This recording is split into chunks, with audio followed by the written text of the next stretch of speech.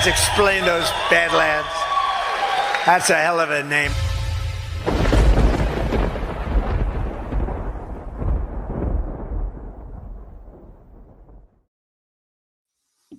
All right. Good evening, ladies and gentlemen, and welcome to Badlands Book Club, covering Stolen Elections by Ralph Pizzullo. Tonight we will continue on with Chapter 7 and get into some of Chapter 8, maybe all of it. I don't know. How is my lovely co-host doing this evening? I'm doing well. I'm excited we're going to start talking about elections again. I know. As much as I love to hear all the insight on the operations in Venezuela from the Colonel, it's time to get back into the nitty-gritty. After all, it's called Stolen Elections, not CIA laundering drugs or dealing Rose by any other name. Yeah, right. So before we jump into tonight's show, let's go ahead and talk about our sponsors. And Ash, you want to talk about Tamarack Gardens?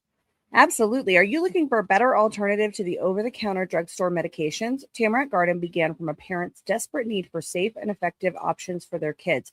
They were tired of toxic chemicals.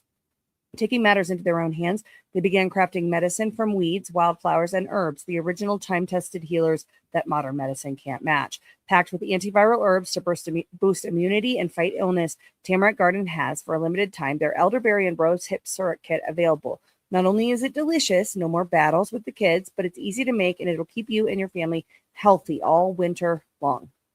Introducing Tamarack Garden's new baby line, clean, non-toxic, and gentle for newborns and moms, relieving cradle cap, diaper rash, stretch marks, and postpartum pain. Visit TamarackGarden.com today and use promo code Badlands for $10 off orders over $50. Remember to eat your weeds. TamarackGarden.com, promo code Badlands. And huge fan. I said on the show yesterday, I used to have all my little tincture jars from Tamarack lined up, but they are all throughout the house because the whole family uses them now. So my nice little, I had like a setup like the soft disclosure one here, but I don't have that anymore because everybody keeps taking my stuff and using it. Yeah, I know how that goes. Mm. We're gonna make Ash do double duty and talk to you guys about Conscious Strength. Conscious Strength was founded by Badlands' very own Jordan Sather in 2019. Conscious Strength products are made in America and will not break your bank, unlike other online brands. The lineup includes collagen for strengthening joints and hair, electrolytes to get rid of cramps, greens powder that tastes good and mixes easy, Shilajit gummies, methylene blue, zeolite, and more. And when we come to the and more, I would highly recommend the oregano oil. Jordan's oregano oil is like a natural antiviral, antibacterial, antifungal. It's super potent. I generally will just take a whole dropper of these tinctures when we get them, just pop the whole dropper in my mouth, not thinking about it. And I did that with the oregano oil, and it was, I felt like my head was gonna burn off the top of my body because it's super potent. It's like 4 drops is the 4 drops is the recommended dose, and I overdid that big time. But it was the first time ever that I didn't get sick after GERD, so something to it. And I highly recommend the oregano oil. Flip the finger to Big Pharma and be your own doctor. Get supplements that you can trust from Conscious Strength. Go to badlandsmedia.tv/strength to shop now. One more time, that's badlandsmedia.tv/strength. Link is available in the description. All right, and damn, Colonel has a nice chair. That is a nice looking chair. I like that chair. A really nice chair. Like I'm low key very jealous. You're also muted. You are muted. Oh, she's probably got some stuff going on. All right, so we are on chapter 7. What page did we leave off on? I pulled my book. 112. We finished 112. We're going into Gary's statement on 113. There we go. All right, so let's go ahead and pick it up there. Do we want to read Gary's statement? Might as well. All right. Can we hear you? Because it looks like you're. Yeah, I'm good. Oh, okay. Oh, okay. It looked like your mouth was moving, like you were saying something, and I didn't hear anything, but I guess you weren't saying anything. Yeah, I had to mute myself. My son-in-law just showed up, and the dogs were going crazy. Said Gary, there's a really interesting narco by the name of Pedro Luis Martin, PLM. He's not in the government, and he is a particularly violent individual. I believe he studied finance at Yale. Come on. They're all pretty violent. Yeah. That whole, yeah. There's a warrant. there's a warrant for his arrest. One of our sources told us a story about how the government had arrested one of PLM's lieutenants on charges. So PLM called Maduro a couple of times, and I said, I needed this guy released because he's important to my operation. Maduro did not release him. There's a flyover inside the city of Venezuela that Maduro frequently uses. One day, PLM positioned people on both sides of that flyover. They let Maduro and his bodyguards drive on to the flyover and then blocked it with 20 armed men in front, 20 armed men behind. Maduro and his bodyguards were trapped inside their cars. PLM drove up to the flyover, got out of the car, walked up to the ramp, and tapped on the president's window. A frightened Maduro rolled down his window. PLM smiled and said, "Nicholas, I've been trying to call you on the phone to release my guy. Why don't you answer my call?" A shaken President Maduro said, Okay, I'll release him. PLM handed the president his cell phone and shouted, "Now! Ahora!" Maduro called the prison and had the guy released. Yeah. Shit that didn't happen. And hearsay, that story. Yeah, exactly. Yeah. I don't even know what to say about that. So you've got this hoodlum from Yale that is supposedly no one in Maduro's presidential security does anything to keep this guy away. And then Maduro just voluntarily rolls down his window. There's literally nothing about that scenario that rings true. Nothing. And they keep going back and forth between criminal mastermind and scared little boy who does whatever he's told. They've done that a few times with Maduro and Chavez now. Yes. I mean, he's the leader of Venezuela. He's got the full force of the Venezuelan military at his back. He's also the head of the Cartel del Sol and the drug trafficking and everything else. But this little old Yale guy came up and was able to entice him to release somebody from prison. Demanded it. Sounds legit. Sounds legit. Ahora. PLM. He's got a nickname too. PLM. All right, we can keep going from there. I don't know what you guys want to cover next. Okay, so soon they found another partner in China. China enters the chat now on 214. Well, on the next page, on 114, it talks about the General Accounting Office reported that the Cartel de los Soles trafficked an estimated 250 tons of cocaine and talks about it generating enormous amount of money. Well, I did the math at the normal street value reported by the DEA. That enormous amount of money at the most for the 250 metric tons of cocaine would be about $37 billion, not trillions. Well, it's $2.7 trillion a year that they're making in narco-trafficking, right? At the max, giving them the benefit of the doubt, it's $37 billion. That's crazy. And the street value, I mean, that stuff's cut down so many times that... Yeah, that would be the normal street value in America. $37 billion. That's nuts. And how much does 250 metric tons compare to like the average estimated annual? We talked about this last week. 3,700 metric tons is the estimated flow around the world. So as your math, because I don't do math out loud, was 7%. Yeah, that's about 7%. Yeah. 10% would be 2,500, maybe a little bit more than that. It might be. Say 10%. It's still a drop in the bucket, even if it's true. Yeah, it still undermines the story they're trying to tell with those metrics. Which is, it's the biggest cartel in the world. Yeah, 6.7%. I was right. Don't doubt myself. 7%. Don't doubt myself. Brian just fact checked himself. I do. I fact check everything, man. Fact check everything. And the only other thing, I know that the preponderance of this book is about the elections. I don't know how much of this that you guys want to talk about, but on 115 at the top, it talks about them being unable to pay their bills because supposedly they're embezzling all of this money, and that the oil refineries or the oil production was forced to shut down. it had nothing to do with embezzlement. It had everything to do with all of the parts were cut off to repair it. They were not allowed to get any parts to repair any of that manufacturing or equipment to do the oil. Can both be true? It could, but it isn't. They had the money to pay for it. Because No one, don't they have like Iranian allies at this point? Can't they get the parts They from do, one of but their the illicit partners?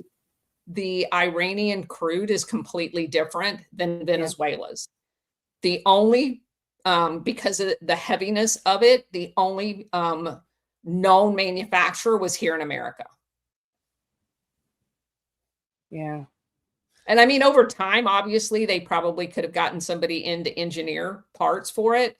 But the bottom line is that their supply network for those particular oil production capabilities was sole sourced in the United States, and we cut them off. So at a minimum, the impact of sanctions removed their ability to run their oil industry. Correct. Whether or not there was also massive embezzling Correct. before the machines broke down and whatnot is maybe a contributing factor. But the fact of the matter is the sanctions are really why their oil industry failed. Fair? Yeah. I call it economic warfare, but we can call it sanctions. Work. Yeah. So you jumped over 114 in the China part because they're setting up the role of China here. For years, the cartel laundered drug profits through the government-run oil company PDVSA. Then China got involved, and I wrote in the margin when. It seems like on the next page they're saying it's kind of like they're saying China got involved, and then they're backing up and telling us how we got to the point where China. So I think this is February of 2018. Is that right? No. Can't be, because that's when they're charging them. So I don't know that we know when China got involved. Yeah, they don't give you any more evidence. They're all over the place in time in this book, as we talk about each week. But it says, then China got involved, explained Martin, quote, a lot of cash was being sent to China, which they claimed were for oil sales, but the oil sales never existed. It was a very sophisticated form of money laundering. It kind of sounds like basic money laundering, right? I mean, that sounds like the premise of money laundering, but sure, sophisticated. But because PDVSA was controlled by the Chavez regime, it could produce fictitious invoices. This wasn't exposed until about 10 years ago, said Martin, and this was written in 2025. So 2015, I guess, is when that was exposed. Because any bank in the world would accept a check for, say, $200 million from PDVSA for services provided. They would take you as a client and not ask questions. That's kind of weird. If any bank in the world would take a check from Venezuela, despite the fact that the international consensus that was that Venezuela was terrible and had to be sanctioned out of existence. Yeah. Again, there's no evidence. Yeah. So, because going on to the next page, it says in February 2018, Trump admin charged 5 former Venezuelan government officials for their alleged participation in an international money laundering scheme involving bribes made to corruptly secure energy contracts from Venezuela's PDVSA. 2 of the 5 defendants are also charged with conspiracy to violate the Foreign Corrupt Practices Act. So I looked that up, and it says on February 12th, 2018, they unsealed a 20-count indictment in Southern District of Texas against 5 former Venezuelans officials from the PDVSA. They were charged with money laundering, conspiracy, and accepting over $27 million in bribes from vendors to secure contracts. They included Cesar Rincon, former Baravan general manager, Israel Cespedes, vice minister of energy, Rafael Reiter, PDVSA security head, Luis de Leon, former state electric firm director, and Alejandro Istúriz Chisa, a Baravan assistant. And then 2 of them also the foreign corrupt. It said this stemmed from a $1 billion PDVSA bribery probe starting in 2015. Maybe that's what they were talking about there. With international cooperation from Spain and Switzerland, 3 defendants were arrested in Spain. By then, 10 of 15 total defendants had pled guilty, highlighting Trump's anti-corruption push against Venezuelan regime figures. So it's not China. China is not mentioned anywhere in there. And basically, based on the research I did, and I've talked to Ghost about this. That's what I It was. really wasn't even visible necessarily to the higher ups in the Venezuelan government, because what they were doing is they were invoicing the oil to middlemen, and it was the middleman that was providing the kickbacks to the oil company in Venezuela and then jacking up the price on the market. So those middlemen are the ones that were basically doing the money laundering. And it'll be interesting to see if they can tie that to Maduro, but that's not what the charges are. The charges are those people that were involved were the kind of like the second and third order effects downstream of, because this oil is basically like black market oil, right? Because of all the sanctions. So it'll be interesting to see how that all falls out. But notice you didn't read China. You notice you also didn't read anything about drug trafficking. No. No drug trafficking, no oil, no China, or excuse me, no China. And they're selling sanctioned oil, 5 specific individuals with very specific ties. I mean, these could be rogue actors for all you know. You know, it's not like this was Maduro orchestrating this and the regime orchestrating this. Correct. The way it reads is they were middlemen that were giving kickbacks to the industry people, not the government. Correct. What else we got on this page? Well, they they love to throw in Hezbollah. Because anytime you so as we talked about earlier, there's a lot of Lebanese that after their civil war moved to Venezuela, particularly Margarita, the island, and they take by the fact that there's Lebanese living there that they're affiliated with Hezbollah. That's a huge leap with no documentation about it at all. And all Lebanese are Hezbollah is that assumption then? That's exactly the assumption. So I also thought, I just noted that the Chinese pivoted and started laundering money through illegal gold mines in the Venezuelan jungle. Quote, the Chinese are paying outrageous prices for gold, which is mined illegally and is destroying the Amazon and polluting the Amazon River, and no one gives a shit, complained Martin. The money is then laundered through companies in Colombia or Ecuador, and the gold is sold in Russia, China, or Turkey. I thought it was interesting that we're pulling in the environmentalist angle because that's another global CIA operation. But it's also, reminds that the book is Choose Your Own Bad Guy. And then there's this statement. Now, the quote prior was by Martin. So maybe this one, too, is by Martin. But this quote is unattributed as it stands in the line. The FARC, the Venezuelans, the Iranians, Hezbollah, and China are all making money and united in their hatred of the United States. That is a bold and unattributed statement. Yes. So we got them all. We got all the bad guys. This book is all about getting you emotionally hooked in to manipulate you with the election information.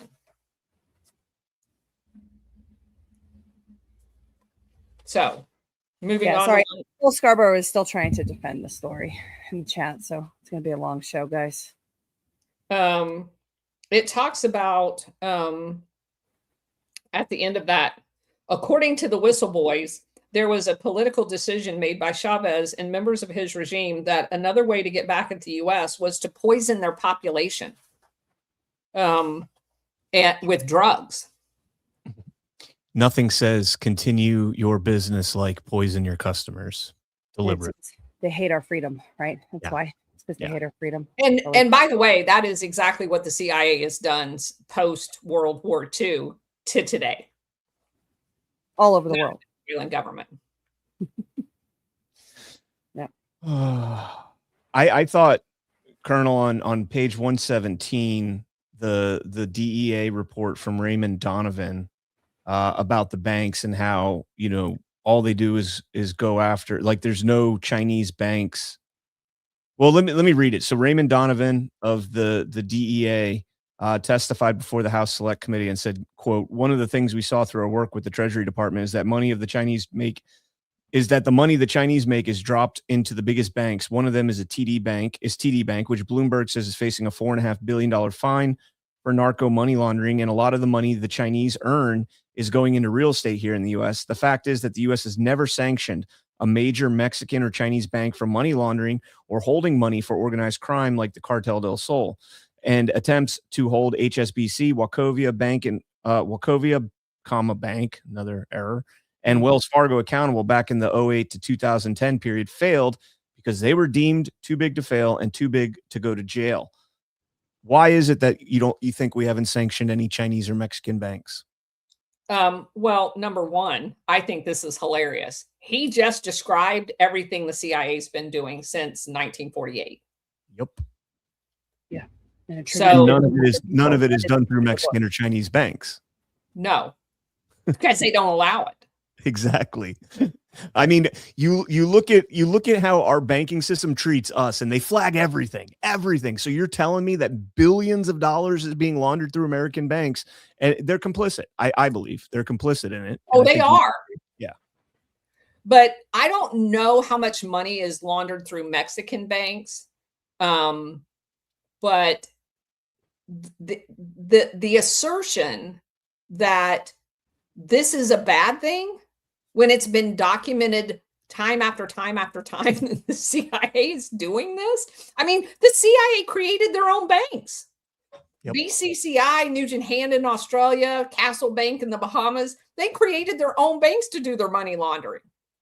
And this is Phil, the answer to your question. So Phil's question was, maybe this is a very sloppy, rushed telling of what's really been going on. Maybe the overall story arch is accurate, but the details are glossed as to explain the big picture, #not retarded.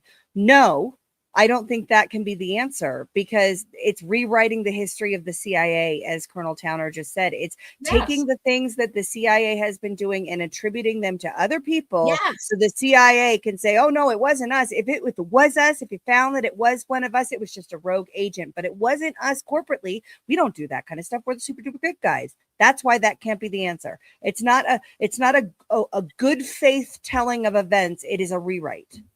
I could go through here and scratch out Venezuela, China, Iran, and write in CIA, and the book would be 100 times more accurate. That's how not accurate it is. Oh, not accurate. Okay. So the last of that, U.S. Admiral Craig Fuller reported to Congress last year that the Chinese money launderers are now the #1 underwriters of drug trafficking in the Western Hemisphere. I can't even. So look up Admiral Fuller. Do you know what his job from 2018 to 22 was? He was U.S. Southcom commander, the guy in charge of the Western Hemisphere drug trafficking. And look at the drug trafficking acceleration under his command. So you're quoting to me that it was China that was all involved in this, while he is watching the CIA and the DEA's complicity in his AOR, and his job was to interdict drugs as they're escalating arrival into the United States. And where did he go when he retired? He's on the board of Battelle. I did an entire show with Alpha. Battelle is filled with CIA and DARPA people.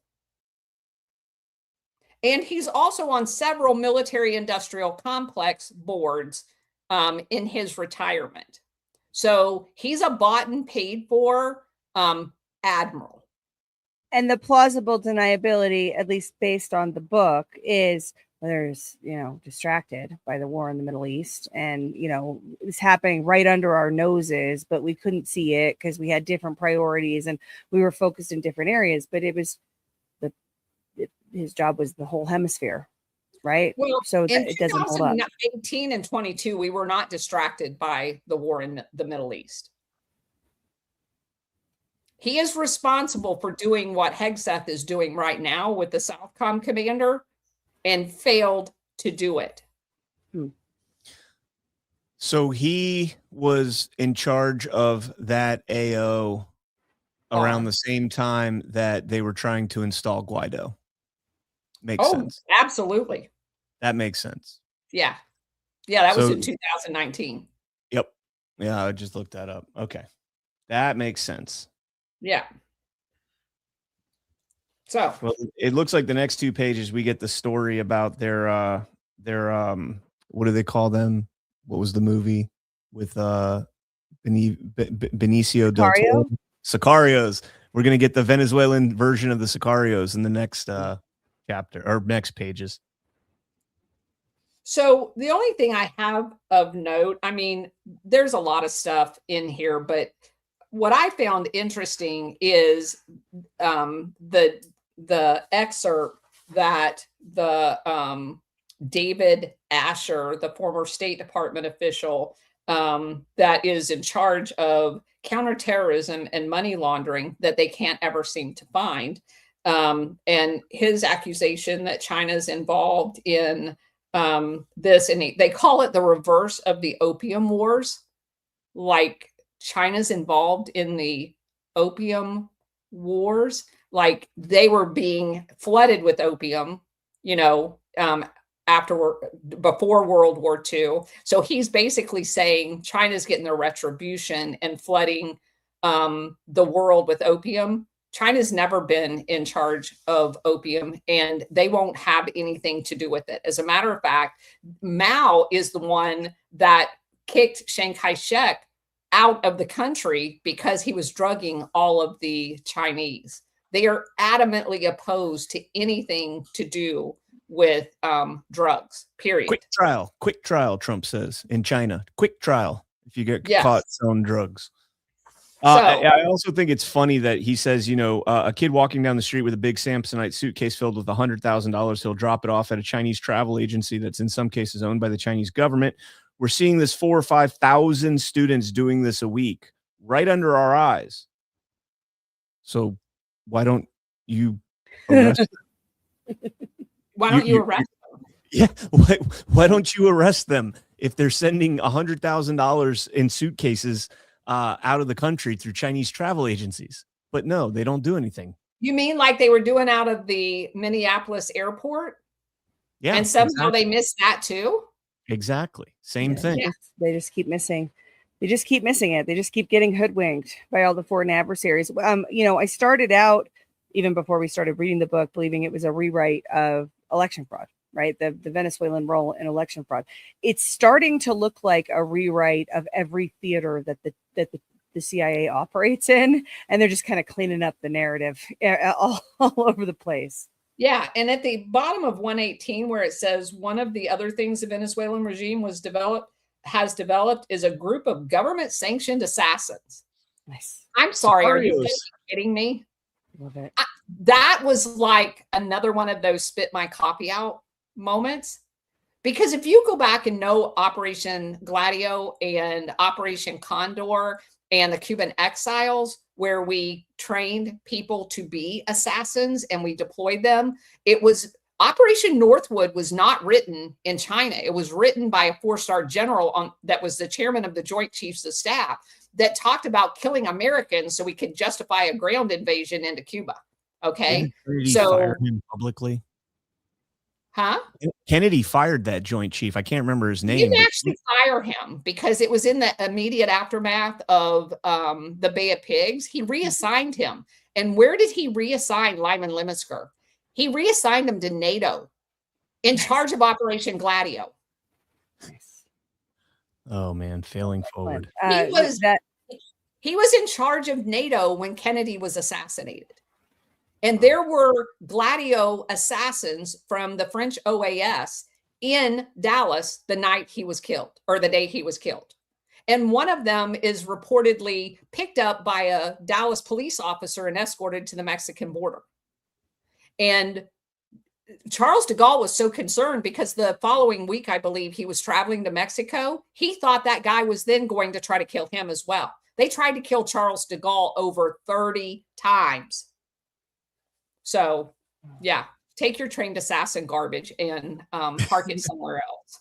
They get their I was- husbands, the wives, and the families all in the prison with them, and they've got bars and nightclubs in prison. It's a good life. The trend of The pranes, they call them pranes. So I was just going to point out for folks that don't know, Operation Northwood explored extensively in Brad's Codex 9/11. So if you haven't seen that, you should check it out. It's on the Badlands Rumble channel. And also, I skipped over the part that you just read, Colonel, but I had the part beforehand because this is the premise, and Gary concludes, quote, "Our enemies are poisoning our people, our financial institutions, and our election system. Meanwhile, the Chavez-Maduro regime has turned Venezuela into a gangster state." So I would agree with our enemies is doing that, but our enemy is the CIA. Yeah, how are we defining enemies? Exactly. That was exactly the point I wanted to make. Thank you. Yes. All right, Yes. where are we? We got next. We're back at Insight Crime. They really like that source. Yes, because it talks about the CIA nowhere in it. Yeah. It attributes everything. I read several of their articles when they first sourced them. There are former CIA people writing for them, and they never talk about the CIA, but they provide talking points to be used blaming other people for CIA activities. Yes.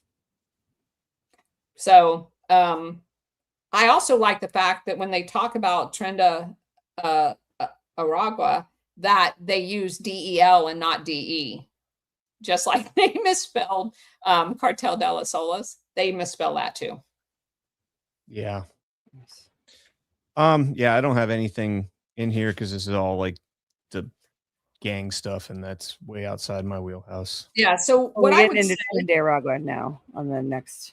Pages. At the bottom of 119, it starts that the name came from the Aragua train, originated from a labor union working on a railroad project throughout the state that was never finished. Because the labor union was extorting the contractors. They actually went to jail for doing that. And that's where that prison, because that is the area in which that train was being built, or the railroad was being built, they actually were prosecuted and put in that jail for that reason, for extortion of the company that was there building. So there is accountability there. And then it goes on to talk about, and this is not wrong, that because of where it's located, which is near the border with Guyana, that that prison basically, I don't know if you guys know this, but hospitals like this are like this in Europe as well. They allow in a hospital in Europe, you don't get fed. Your family has to bring food to you. In the jail there, they allow the family to come into the jail because it lessens the cost of the state in maintaining that jail. They had tricked this jail out to have swimming pools and bars and all kinds of other things as a result of that, which I found fascinating, that we're supposed to believe these guys, while they're in jail, is basically living the life of Riley. And they're when Trump talks about opening the jails, he's talking about places like this. So is that the same concept? Because that's what they say is, they're sending their worst to the United States. And this chapter is making the argument that these people are like assassins and they go out when they have a mission and they come back and live safely in the prison. No, they do not do that.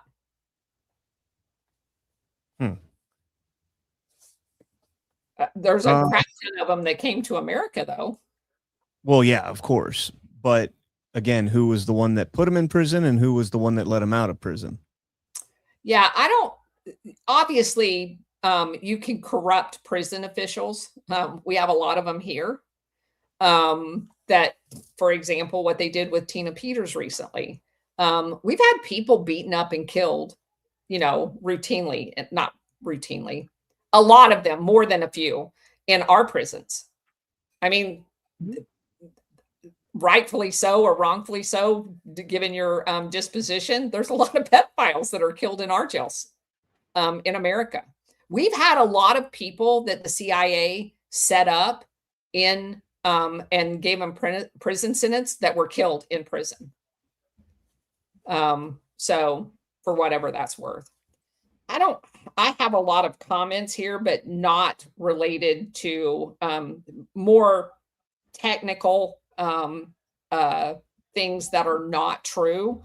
But basically, this whole thing is basically trying to make the argument that these people are, like you said, they're kind of like their gang that they deploy when they need people to go out and do bad things. I've not found any evidence of that they're like hitmen, not under the direction of the government. The only thing I had on this page that I thought was interesting was that we go down to the second to last paragraph. Through sources in Venezuela, the whistleblowers learned that 300 Tren cadres received formal training from the Bolivarian National Police Center, et cetera.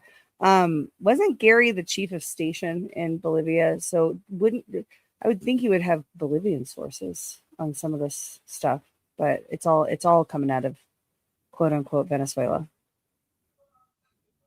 Thought that was interesting. Well, that may be the name of their national police, because the Bolivarian is the name of the revolutionary. Right. Okay. So it's not focusing on Bolivia.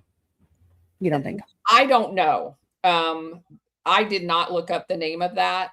But it could be the fact that that's the name of it. But I think it's even hilarious. Given the role that the CIA has had. Venezuela's national police. You're correct about that. Yeah. That's my bad, So the National Police and the National Guard were the two things that the CIA actually set up in Venezuela and totally corrupted prior to Chavez. So I think it's hilarious that he's saying that those people are trained from them, because that's exactly what the CIA did when they controlled them. What's fascinating to me in this, Colonel, is, they're laying out, and these are, people that are allegedly detached from the CIA now, but they're still laying out things like the car dealership in Florida, right? They talk about this car dealership that Tren de Aragua owns, and they use that to launder cars to their members. And over 3,000 cars have been delivered so far.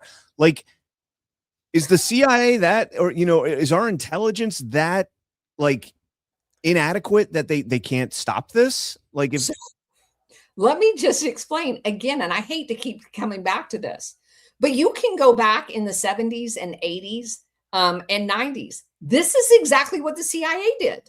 So the two guys that ran cocaine out in California and LA and San Francisco own multiple car dealers. This is exactly what they did. Go to the Awan brothers. They owned a used car dealership in Washington, D.C. The reason why they do that is for exactly what they're saying, is they can use these cars on these car lots to go do Awan brothers. They were using their car lot, and they had rental homes in Washington, D.C. So any of the CIA people coming in could get their car. There would be no record like a rental car. They were basically safe houses. They were staying in those houses so that there's no trace of them having been here. So again, they would take those cars and the car trailers that took the cars from dealership to dealership, and they would modify the trailers and the cars to carry drugs on. So this is almost like a confession of the CIA. They're just attributing everything that they've done to somebody else.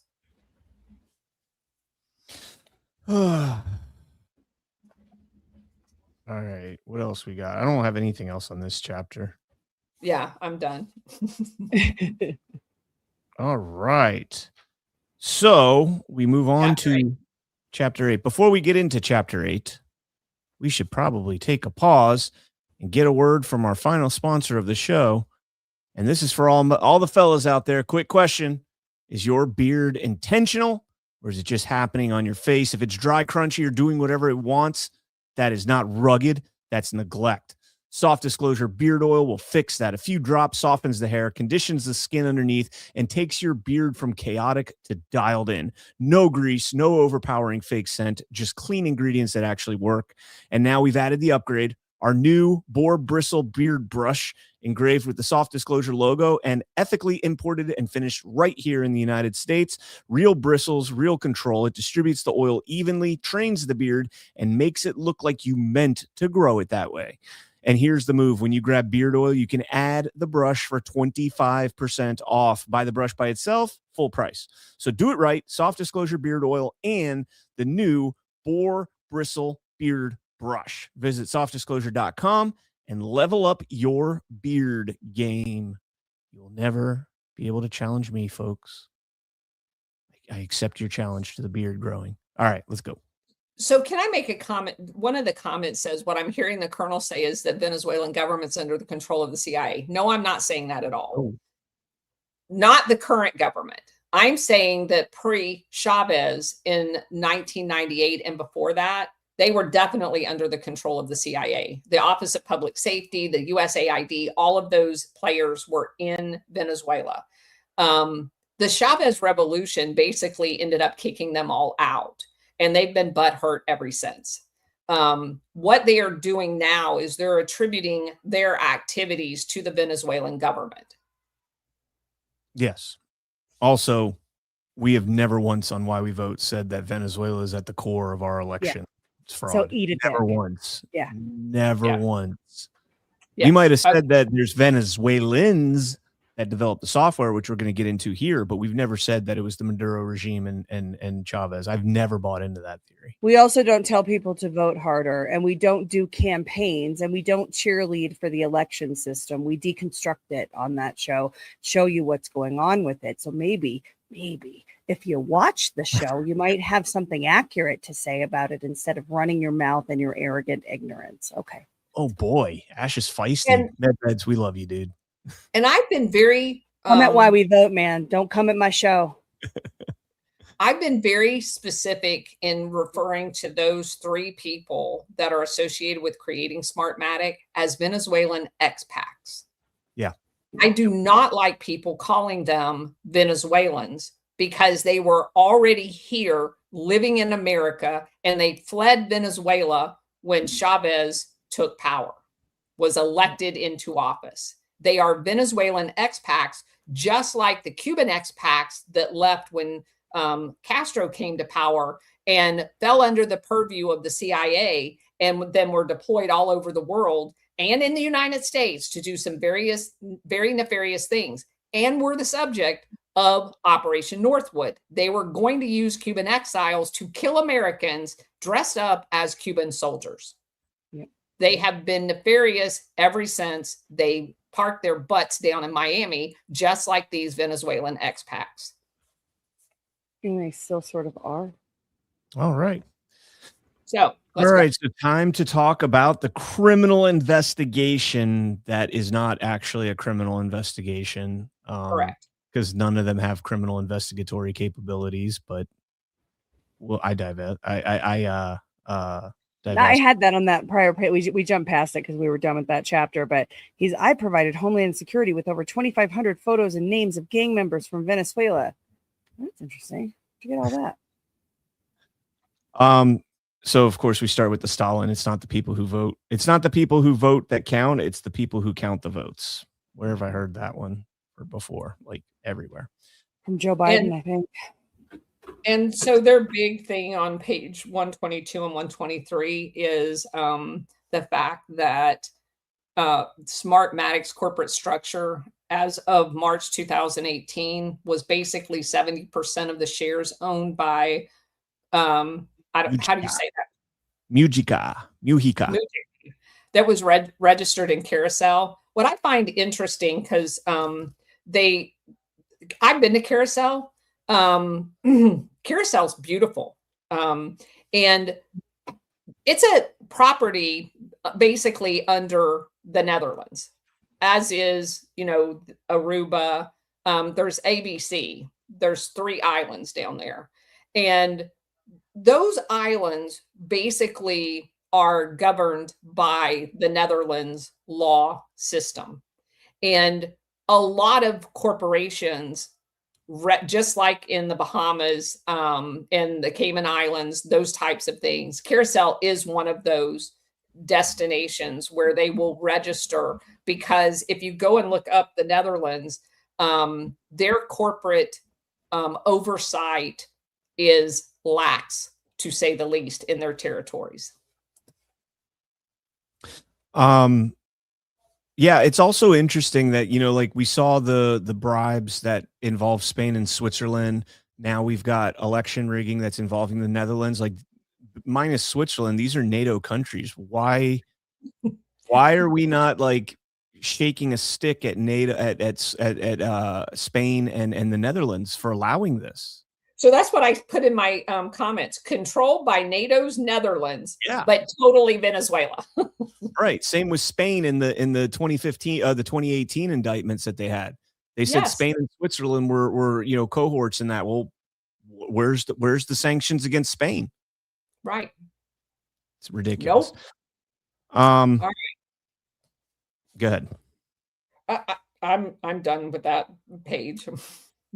Oh, okay. So yeah, nobody's going to try and pronounce Namaluz Ventsnoopsnap. No. That's what NV stands for those. But so on page 125, we start out registering in Curacao as an NV made it impossible to know who the real owners are. So who are they? Who are the real shareholders of Smartmatic? According to the whistleblower sources, so hearsay, more hearsay from hearsay. So this is 3 levels of hearsay. Well, hang on a second. The page before that, where Martin says, I actually registered companies in the Netherlands when I was working with the DOJ when we were conducting an operation against the cartel because we could hide who actually owned them, is an admission. Yes. Yeah. Yes. Right. And so it's like what I just said. That is exactly what the CIA and all of these other entities do to hide stuff. But they were doing it for good reasons. So they have no idea who is it, who owns it, because you can't figure it out. But these whistleboys come to the rescue. It's Diosdado Cabello and Jorge Rodriguez. Spoiler alert. Allegedly. And and what I find interesting is they're talking about more than a dozen computer engineers and statisticians, some of whom worked for Smartmatic from its inception. Now, do you know that if you're an engineer in a company, that you know everything about who owns it when it's registered in a foreign country? Or a statistician that comes to work and does statistics all day, he's going to have intimate knowledge of who owns the corporation registered in a foreign country down to the percentage. Probably not. Well, these guys say they do. Especially a company that you're deliberately trying to obfuscate and obscure from public knowledge. And then you got to ask the question. They say, the real owners of Smartmatic are none other than Diosdado Cabello and Jorge Rodriguez. Diosdado Cabello is on Maduro's good graces, and it has been the whole time. So why did they register it in Curacao? Why didn't they register it in Venezuela? Like, I'm not understanding that. And why did they get away from Delaware all of a sudden? I don't know where that came in. If that maybe is to do like business somewhere else that they registered in Curacao. I don't know. This whole thing kind of doesn't make much sense to me. But I also don't do financial crime, so. I don't. That's the reason the company has gone to such lengths to hide their names. Have they? No. It seemed more to me that the Americans didn't do their due diligence. It's 1 to 2 layers of hiding names. It's not deep cover stuff. It's not, you can find, State Street, Staple Street, whatever, if you know where to look. Certainly the American due diligence people, at the state level, at the local level, at the federal level would have the means. I know they said it's Frank Holder doing all of that. So it was all sabotaged because every due diligence arm in the United States runs through Frank Holder, allegedly, according to the book. So we can't do due diligence, but it doesn't seem like it. I just keep going back to California do due diligence. Didn't yes. Texas do due diligence? So obviously you can do it. Yeah. That's the exact point, is that it wasn't that the Venezuelans were such great masterminds that they were able to hide this. It's that the Americans refuse. First of all, anytime that they did identify an issue, there's a shapeshift that happens. There's, mergers and acquisitions and all of that kind of stuff to make it go underground. But it's not. We can trace all of those things, and they were tracing all of those things since 2006. Yeah. And so it's not, again, it's not Venezuelans, it's Americans. Well, go ahead, Colonel. Go ahead. Well, I traced all of that stuff just when we started doing this book. I found it all before I ever even got to where they were saying those different names. I already had the history. Carousel didn't come up. So I find all of it very interesting. And you would imagine, as you say, Ash, that if you're responsible for the integrity of the elections in a state, that you would have done at least what I did. Yeah. So the whole time, and correct me if I'm wrong on this, I could be wrong, but I don't think they've drawn any relationship between Mujica, Piñate, and Anzola, who's now killed, allegedly by Diosdado Cabello in a hospital that nobody has a record of ever him being in the hospital. They never make the tie between those three Smartmatic founders and the Maduro regime, other than they went to the Bolivian college. That's the only tie that they make.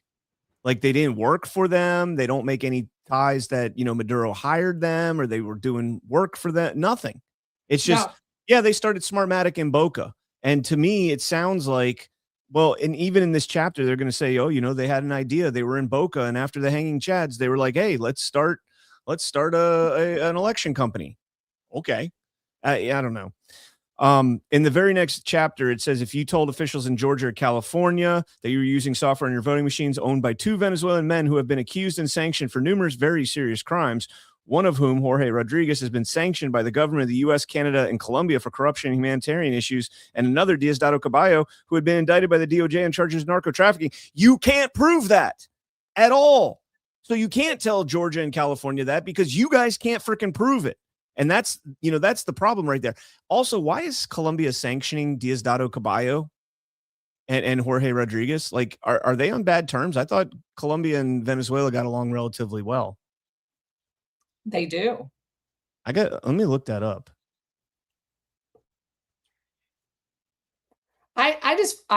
Again, I can't get past the fact that they have all of this hearsay evidence, and supposedly the people in Georgia and California are supposed to figure that out when none of it is actual factual. There's no data that connects any of that together. That's just a story that has been crafted in this book.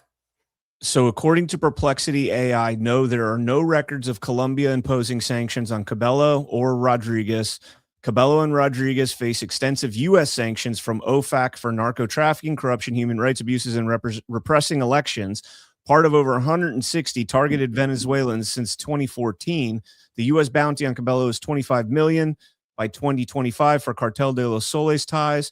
Colombia, despite hosting millions of Venezuelan refugees and criticizing Maduro, has not independently sanctioned these figures. Border tensions exist, but Colombia relies on the U.S.-EU measures without unilateral actions. Post-Maduro transition talks involve Cabello indirectly via U.S. channels, not Colombian penalties. So doesn't sound like that's true. Another falsehood. So then in the next paragraph, we get, in 2006, Sequoia has been acquired by Smartmatic, which had been acquired by Smartmatic in 2005, had a contract to run elections in a certain number of U.S. counties because their voting machines were using a new kind of software, Smartmatics, under the state law. California, when Arnold Schwarzenegger was governor, the Secretary of State had to commission a technical team to conduct a review of the source code integrity to assure elections were protected.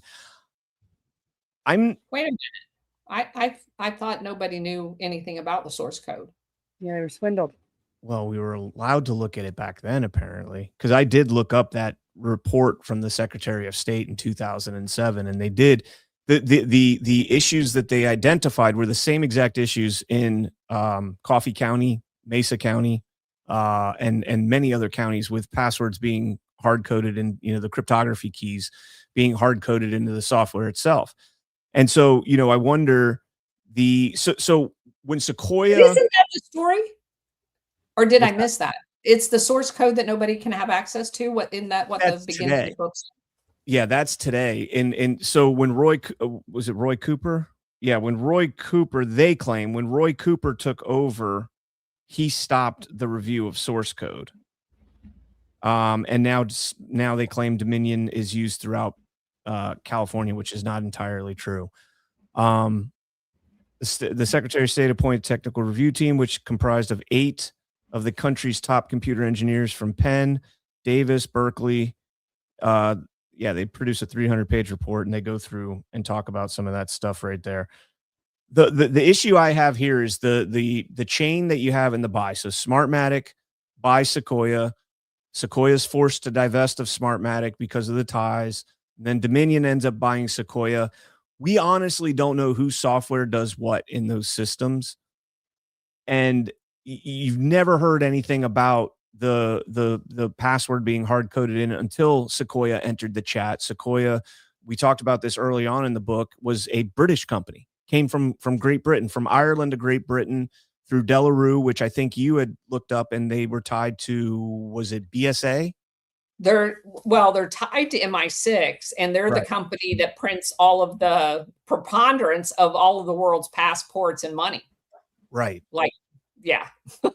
And so you've got this company, Smartmatic, which didn't really have any allegations levied against it, and it's now bought out by Globalist. It's now Smartmatic is through SGO Core, is run through by Globalist. Yeah, I'll just land that there if you guys want to comment. It's just bonkers to me that this, yeah. Okay. The next thing I have is on 129. So. Okay. Well, Yeah. Go ahead. Jerry Ash. Brown, not Roy Cooper. Jerry Brown was the one that changed the rules. Yeah. that was what I was going to point out, is now it's Democrats' fault. Yeah. We had Arnold Schwarzenegger, and he saved us from these, Venezuelan voting machines, but then the Democrats came in and changed the rules, and now electronic voting election companies no longer have to submit their source code for review. And I don't think that's true. I also don't think that's a state regulation, is it? Some states have to, like North Carolina, you can sue to get access to it. And the Libertarian Party in 2020 tried to sue to get access to it, and they ran out of money. And I never heard about that because I would have helped. I would have fundraised for that, for them to get access to the source code. So certain states allow you to review it. Certain states don't. But isn't there federal statute that governs the technology in the elections in terms of code reviews and transparency? I don't think it's statute. I think it's all rules and regulations through the EAC. Well, yeah, through the VVSG and the EAC. It's all and Hava, I think, actually has some. Well, that's where the VVSG comes in, is right. under Hava, right? Yeah, but I don't believe that any of it is federal law. I think it's all just regulation. Right. It's guidelines, right? So, which is supposed to govern their ability to get funding and whatnot by following it. But as we've learned from David Becker from CEIR and Eric, nobody is compliant. Literally nobody in the country is compliant with the voluntary voting system guidelines. One company is now. I think Hart InterCivic has a system that's on VVSG 2.0, because 1.0 everybody was probably still not compliant, but on 2.0 it wasn't until very recently that Hart InterCivic finally became the first system compliant with 2.0, as far as we know. Now, if Clay's in the chat, he would probably yell at me for saying that. So. And you can fact check me on that. The one thing I didn't know is on page 128, today in California elections, a voting machine company is required to produce what they call a gold image, which is basically a record of the system with all certifications, password, the hash, signature, and software showing the system has worked the way it should and wasn't tampered with during the election. And guess what the whistleblowers found in Dominion's internal emails? An email stating that the Secretary of State gave us access to the original gold image. That's right. The state of California allowed Dominion after the election of 2020 to copy the original gold image and reinstall it in the system 5 days after the election. That sounds familiar. Did you catch that? Yeah, they said us. Who is us? That's what I was going to say. I would They like said circled us. 5 times. Like, who Yeah, is gave who is us us? access to the original gold image. Freudian slip. Yeah, could be. But yeah, I mean, that's the same thing that they offer no proof again, by the way. Right. They offer no proof again of this. They just tell us that there's and who is us? This is the trusted build in Colorado. This is the changing of the batteries in Michigan. You know, if the batteries are unplugged for a certain amount of time, it'll reset the system. Like, that's what this is. It's more of that. So this isn't really anything new. I hadn't heard about the gold image claim in California. And I mean, I'm pretty knowledgeable about elections, especially around 2020. And I'd never heard that. So that was new to me. So down next paragraph, this Yep. is basically the same thing done in Coffee County, Georgia in 2020. Even though an attack on the logic and accuracy of the Dominion voting system was carried out on election day, it wasn't detected because the system was built in a way allowing the administrators to delete the logs. Who? What administrators deleted the logs? That's not an automated system function. They're saying that it's constructed in a way that human intervention, unless we're talking about some bot administrator, which I think they would call out if that's what we're talking about. We're talking about human intervention. So who in Coffee County deleted the logs? The Venezuelans that they brought into Coffee County. Sure. Yeah. Totally them.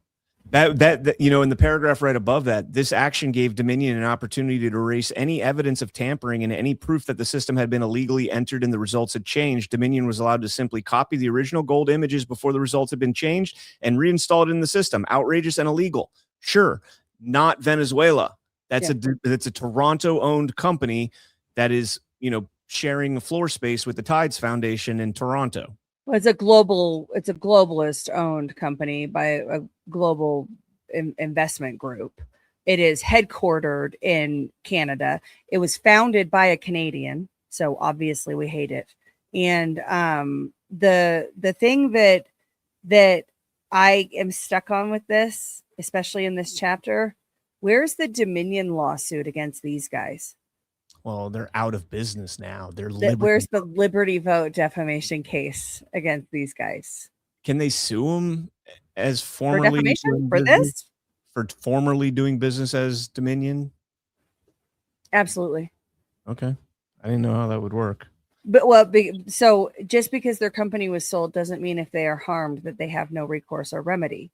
So the people that own, you know, Lion Decker, who has Liberty Vote now, which is Dominion, the reality is that this book does harm. If it's not true what they're saying about Dominion in the book, it harms Liberty Vote, because Liberty Vote's entire asset portfolio is former Dominion plus no ink and whatever. So yeah, they can absolutely sue them.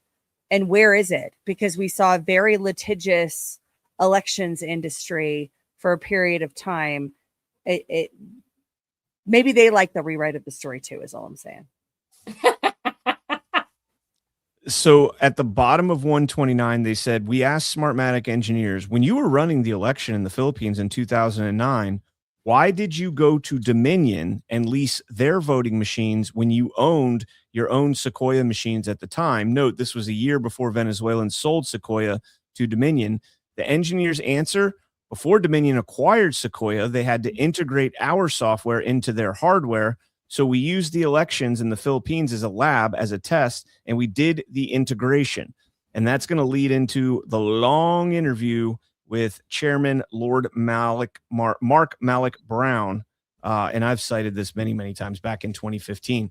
But again, we don't know the trail here. Like, we still don't know, the original source code that has the vulnerabilities on it, we don't know which company this originated with. There's no source of proving that it's from Venezuela, proving that Dominion had it, or proving, I think, that Sequoia had it. Right. All right. What we got in the Malloch-Brown interview? But the California one was Sequoia, right? Yeah, the denial, was Sequoia. Yep. Yeah. So that's the problem that I have. It is the Sequoia source code at that point that was problematic. But they're arguing that Sequoia inherited the Smartmatic source code when they were bought out. And yeah, the source code that no one had access to. Right, exactly. So it's like you put a British American company's name in with Smartmatic, and now you've got plausible deniability. It's the Spider-Man pointing fingers. And weirdly enough, Lord Malloch-Brown has ties to MI6, and he ends up in charge of Smartmatic and Open Society. And Open Society. He's the president after the 2020 election. That shares the building in Canada? Tides Foundation, which is propped up by Open Society. Yeah. Isn't that weird? And they're the only two companies on floor three. With the tinfoil. That's a total coincidence that they share a floor on the same building, and they're also, sort of invested in each other. It's totally fine. It's not. They're the only two. They're the only two companies on the third floor of that building, or they were at the time of the 2020 election. So in the interview, I have on page 131. The reporter, are we not doing a dramatic reading? We only got 20 minutes.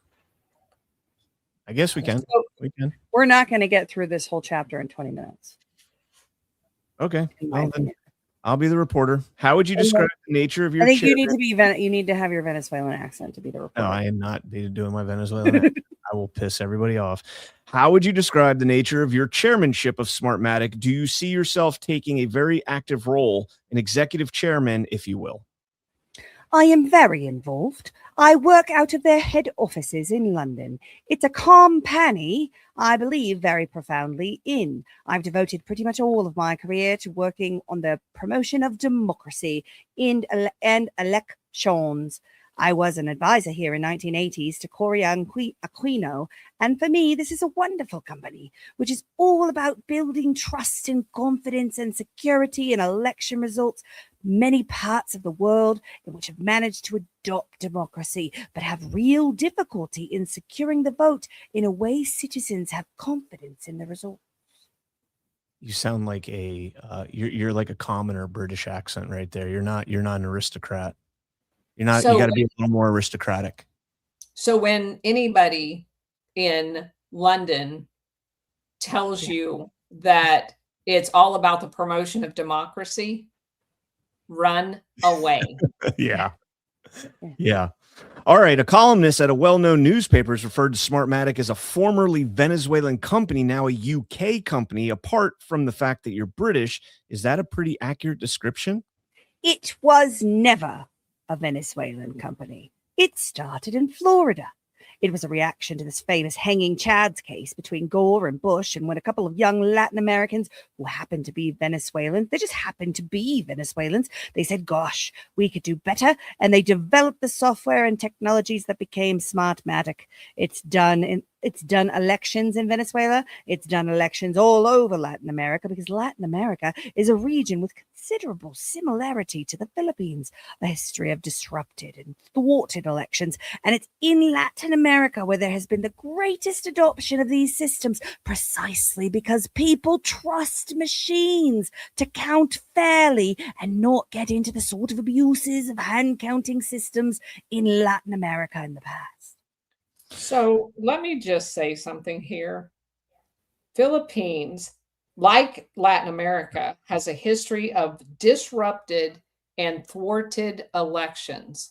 The word he was looking for was coups. Yeah. They have a long history of MI6 and the CIA overthrowing, not thwarting, overthrowing democratically elected presidents. It's also interesting that Malloch-Brown, of all people, is like doubling down that it's not a Venezuelan company. I love that. In That's 2015. fascinating. In In 2015. 2015. Yeah, that's fascinating to me. Never was a Venezuelan company. For once, I agree with Lord Malloch-Brown. And you Careful. would think if he's going to be in charge of it, he would have done his due diligence. You would think so, but they don't really care. All right, Mark, you press a very hot button when you say there's confidence in an automated system. In 2009, a New York Times editorial actually called the voting machine business broken. That's in their words. So much so that this 150-year-old U.S. company, Diebold, was allegedly involved in rigging the 2004 elections. Why would you want to be in an industry like this? Well, look, I worked here in the 1986 election when it took, an extraordinary sort of vote to protection through civil society organizations to make sure Filipinos' votes counted. And in fact, in that election, there was never a final count because there'd been so much manipulation of the ballots. I put in the margins on this one, and you were there. Fascinating. And 4 elections going long after this same 30-day plus period where lives were lost, there was a lot of skullduggery around counting. These are the problems with manual elections. Automated elections have every kind of digital audit and digital key to make sure they're secure. There's a full audit trail in the case of the Philippines, something like 100 appeals since you've had electronic elections. And each one of those appeals, I'm talking 2008 to 2009 onwards, has proved the election count was right. I think there is in the Philippines, as there are in many places, people who've either lost, people who would prefer to go back to a system where there could be a degree of manipulation of the results. But all the voter surveys. And I trust Veritas, who were very involved back in 1986 in making sure there was a fair vote then. Veritas have just done a survey which shows overwhelmingly ordinary Filipinos by a 75% margin. And the teachers who actually conduct the elections by an 85% margin prefer automation to manual because they have greater confidence in it. So to my knowledge, the first ever raising of election fraud claims against Smartmatic arose in the Philippines during the elections that we're talking about here. Now, when they talk, just 1 second, when they talk about Venezuela and Maduro and Chavez and all that, it's all just based on exit polls and their emotions, saying, "Hey, our exit polls are saying that these results aren't correct," right? 2015 and that time frame, this goes back to the Teodoro toxin, you son of a bitch, calling out Hyder Garcia in the Congress in the Philippines. Bitches. Yeah, you sons of bitches. You told me you could find the fraud, but now you're telling me you can't. That's the first time and this is when the globalists took over the company. So, back at the beginning of Ashe's eloquent reading, when he was talking about the 1986 election, that he was there and the civil society organizations, that was USAID. Okay. USAID was on the ground there doing all of the shenanigans that delayed all of that voting. Okay. That was basically a election interference machine. And I love the fact that he placed himself there with USAID in manipulating the Filipino elections. Also, he mentions Veritas. Do you know who Veritas is? No. Veritas is a Catholic Church media organization. It was behind massive, the CIA used Veritas as basically a voice of America. They have a big radio station. There were massive protests, and it was the Catholic owned media company that Veritas. So the CIA, if you guys don't know, is intimately involved with the Catholic Church and uses them all over the world for nefarious things. And so as soon as I looked up Veritas, I was like, are you kidding me? And this was back during the Marcos Aquino election that basically brought Aquino into power after Marcos, and then we arrested him and all that other stuff. But I thought it was hilarious. They basically have set up like a CIA front Voice of America kind of operation there. And that's what this media company did. And they were the ones that were doing the polling. What did they say? The voter surveys. That was what they used in order to say that Aquino had won as opposed to Marcos in the aftermath of that election, which did not agree with the actual vote. Right. So he cites the voter surveys and polling for pretty much every assertion that he makes as well. Yes. Yeah. So just to be clear, we've now got the Brits, DC, and the Vatican all involved in Filipino elections. What could go wrong? Right. Totally the most secure elections ever. For democracy. And then he uses, tell me if this sounds familiar. There was 100 appeals, but they were all debunked. Yeah, right. All standing. So what did they do in the 2020 election? They tell you that all of those court cases found no evidence. Yep. They were never heard, but they found no evidence. Yeah. All right, reading on. Laying out the 2020 election here. Yep. All right, Mark, the Smartmatic website itself highlights the theme, and I quote, "Because transparency is key in electoral integrity.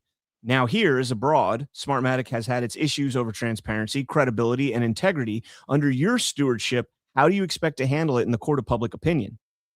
Before I answer your question, I have to tell CannCon that if I was going to speak as a commoner, I'd talk more like this, I would, and I don't know why you think my accent's wrong. You're very commoner. Well, look, this is a company which has counted nearly 1.5 billion votes, worked on 3,000 plus elections of different kinds. It is the world leader in this industry. It has about 50% of the international election market. So it's a company which is in a very controversial business, because there's always a winner and a loser on election day, and the loser is always going to cry foul. All right, so hold on one second. 50% of the international election market. Why is Venezuela such a shithole country? Why are they getting sanctioned by everybody? Why are they getting crushed by everybody? They can control 50% of the elections in the election market. Make that make sense. Well, and to your point, most elections, I mean, most countries do not use any of these. They do paper ballots. Yeah. Also, the loser's always going to cry foul. That doesn't happen. It doesn't happen that the loser always cries foul in an election. It happens. It so happens that happens a lot recently because there is foul. Yep. All right, keep going. So the way we safeguard against that, before I became chairman, and now I am chairman, is to absolutely make sure our systems are watertight, they are transparent, and open to civil society and to the political parties to check and audit the results. And there's a full paper trail. Every vote has a paper copy, and as well as an electronic copy, so it can be hand recounted if necessary. Only through an absolute commitment to these sort of audit arrangements will we retain trust in what is admittedly a controversial business. We're still stretching that idea on credibility and integrity.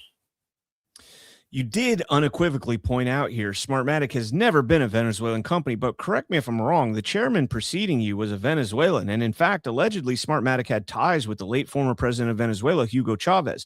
How do you explain it all? Oh, poppycock! Well, I think the big word is allegedly. The former chairman, who is still the CEO and very involved in the business, leads it, in fact, as a resident of Florida. When those systems were designed, the company has never been a Venezuelan company. Hugo Chavez has never had a single share in the company. And the fact that these allegations are thrown at it again goes to the fact that voting is one of the key things. The winners and the losers of elections have huge amounts at stake, and they'll throw mud if they think it's going to end up kind of tipping this way or that, and therefore us on the issue is to retain the trust of the actual voter, the citizen. We succeed here, and I think you'll probably know, I mean, Comelec itself, the election body here, has its own standing and confidence in it has gone up dramatically since it adopted Smartmatic's automatic systems. Yeah, so much so that they got kicked out of Venezuela 2 years later in 2017. Venezuela's like, get the fuck out, Smartmatic. Well, and I mean, he's standing on the Philippines. Yeah, he's in the next paragraph. The guy is standing on the Philippines as the example of how they have integrity. All right, Mark, let me play devil's advocate here, okay? The question on people's minds, why is Smartmatic even still here in the Philippines after reports it had violated provisions of the election automated law? Number one, for example, it was never supposed to be allowed to bid in the 2010 elections because it did not actually own the software. What? It did not actually own the software? Then who did? The Venezuelans? Dominion Voting Systems owns the software, plus the difficulty which Smartmatic had to put the Comelec through just in order to access the source code. Issues like that. Your thoughts? People say we should not be subjected to Smartmatic again this time around. Well, look, I think that's what competitors who say that. You know, the fact is, yes, part of our technology is licensed from Dominion, but you tell me a large company which isn't using import licenses from other companies, and we have a license for the international use of that particular piece of technology we employ. But you know, we are a manufacturing and technology R&D company. We have hundreds of people who are doing R&D and hundreds more involved in manufacturing. These are our systems. And you know, the fact is, we are proud of the way we've transformed election performance in the Philippines. NC. And that's the end of that.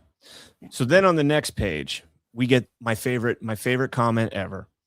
Based on the evidence presented so far, it's fair to say there are problems with some of Lord Malloch-Brown's statements. For example, quote, the company Smartmatic has never been a Venezuelan company. According to engineers who work for Smartmatic and the CNE, the real owners of Smartmatic are none other than Diosdado Cabello and the Jorge Rodriguez, both of whom are Venezuelan and members of the Chavez Maduro regime. And for like the 15th time, they've claimed those two own Smartmatic with zero citations. Zero. Trust us, bro. But even if we trust them, even if we trust them, they're also doing the thing where if it's attached to the Venezuelan government, it must be if it's Venezuelan by nationality, the people by nationality, then it must be it's the China thing, right? Any company associated with this country has to be. It's the Hezbollah and Lebanese thing, right? It's the same kind of whole, the entire country. Guilty by attribution. Yeah. And also, it's not a Venezuelan company. Well, according to the guy who runs it, it's not. You think he knew? And the record of formation and dissolution and M&A activity shows that it's not a Venezuelan company. Correct. So the other thing left on that page at 136, where they're quoting the U.S. Embassy political counselor again, Robert Downs, who has his own issues. I love where it says our best guess. Again, there's no evidence of anything, and he says that in relationship to the perspective we have here. This is Downs saying this. The perspective we have here after several discussions with Smartmatic is the company is de facto Venezuelan and operated by Venezuelans. Our best guess is there are probably several well-known Venezuelan businessmen backing the company. Literally, he doesn't know. He's just writing shit down to have a record to say something based on no evidence. So on the bottom of that page, it says also a result of the CFIUS investigation by the Treasury Department. We also have this, and it's from Democratic Congresswoman Carolyn Maloney. Smartmatic now acknowledges that Antonio Mujica, a Venezuelan businessman, has a controlling interest in Smartmatic, but the company has not revealed who all other Smartmatic owners are. Smartmatic owners are hidden through a web of offshore private entities. In 2006. Yeah. So again, CFIUS investigations are classified. And so was not aware that they declassified any of the investigations into Sequoia and Smartmatic around this time frame, but maybe they did. I mean, they very well could have. Pages of them or of the statements and everything earlier. It was maybe just the output, not the actual investigative file. Maybe, they have it in here earlier. Yeah. perhaps, but the whole point of that is if CFIUS and the US government can't figure out who owns it, how did the engineers and statisticians figure it out? And not only that, why, when it was taken over by SGO Corps and Malloch-Brown, Nigel Knowles, and all those British oligarchs, and the one American oligarch that serves the British oligarchs, why didn't they disclose it? Like, you're the parent company now, right? You're the parent company of Smartmatic. Force the disclosure. And our ally. Yeah, exactly. You are supposed to be, Britain's supposed to be our closest ally. Disclose it. Have you watched The Diplomat, Ash? With Carrie Russell? I heard someone else was our closest ally, but I don't know. Yeah. No, I haven't watched The Diplomat. It's got Felicity in it, right? Yeah, so Carrie Russell. In that, Britain is like, we have a very tumultuous relationship with Britain because of the CIA. It's pretty good, actually. Yeah, let's land this here. Yeah, so we can stop here. We'll go back. We'll start next week at After a Year on page 137. Yeah, we're gonna get. There's like 5 pages left in this chapter. I'm trying to find my damn bookmark and I can't. Thanks for. It's not a damn bookmark. It's a beautiful handmade beautiful by tattoo teacher. and I can't find it. Where the heck did it go? Am I sitting on it? No. CIA propaganda. They stole it from me. All right, guys. Well, thank you all so much for tuning in. We don't have any Rumble rants, so we will just skedaddle out of here. Be sure to hit that thumbs up on your way out. Give Colonel Towner a follow on X if you're not, and follow her on Rumble at the Colonel's Corner. The Colonel's Corner, right? Yep. Yeah. Yep. At the Colonel's Corner. Colonel, Substack too. Right? Colonel Towner and Colonel's Corner on Substack. All right. Yes. Yeah. There you go. I don't know if you ever see it. I tag you in a bunch of stuff though. My history updates. Anytime there's Gladio stuff that comes up, I'm generally sending people over to you. Thanks for the lively chat today, guys. We made it through without kicking any of you out, so that's good. I think Ash wanted to, and she probably showed restraint. So good job. I showed excellent restraint. You're becoming more growing, evolving, less feral. Less feral. Did you say less feral? Yeah. So when I went out to the drinks with those guys on Friday night, the real journalist people, and they said I was feral. I keep calling me fucking feral, man. Hey, if it's twice in 1 week, take note. We'll see you guys later. Stay tuned for Brad and Abby Live coming up. Bye, guys. Thank you so much for joining us, and don't forget to hit the thumbs up on this video. And a special thank you to all of our advertising partners. Please remember to shift your dollars to support those businesses that support Badlands Media.